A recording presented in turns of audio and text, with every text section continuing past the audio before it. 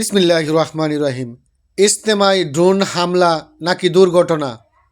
আজ 2 ফেব্রুয়ারি 2025 বিশ্ব ইজতেমার আখিরি মুনাজাত চলাকালে একটি ড্রোন নিয়ন্ত্রণ হারিয়ে ইজতেমার ময়দানে বিদেশি নিবাসের পূর্ব পাশে টিনের ছাউনির উপর আছড়ে পড়ে।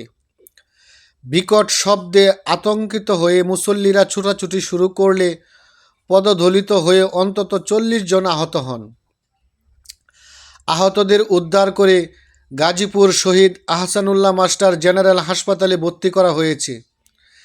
এছাড়া টঙ্গী স্টেশন রোডের মেডিকেল গেটের সামনে আরেকটি ড্রোন দুর্ঘটনায় পড়ে বিকট শব্দে আতঙ্ক ছড়িয়ে পড়লে মুসল্লিরা দৌড়াতে গিয়ে আহত হন। টঙ্গী হাসপাতালে 41 জন আহত মুসল্লি চিকিৎসা নিয়েছেন। ফায়ার সার্ভিস ও সিভিল ডিফেন্স ইজতেমা ময়দানের নিরাপত্তা ও পর্যবেক্ষণে ড্রোন ইউনিট মোতায়েন করেছিল। তবে আজকের ঘটনায় পতিত ড্রোনগুলো ফায়ার সার্ভিসের ছিল কিনা তা স্পষ্ট নয়।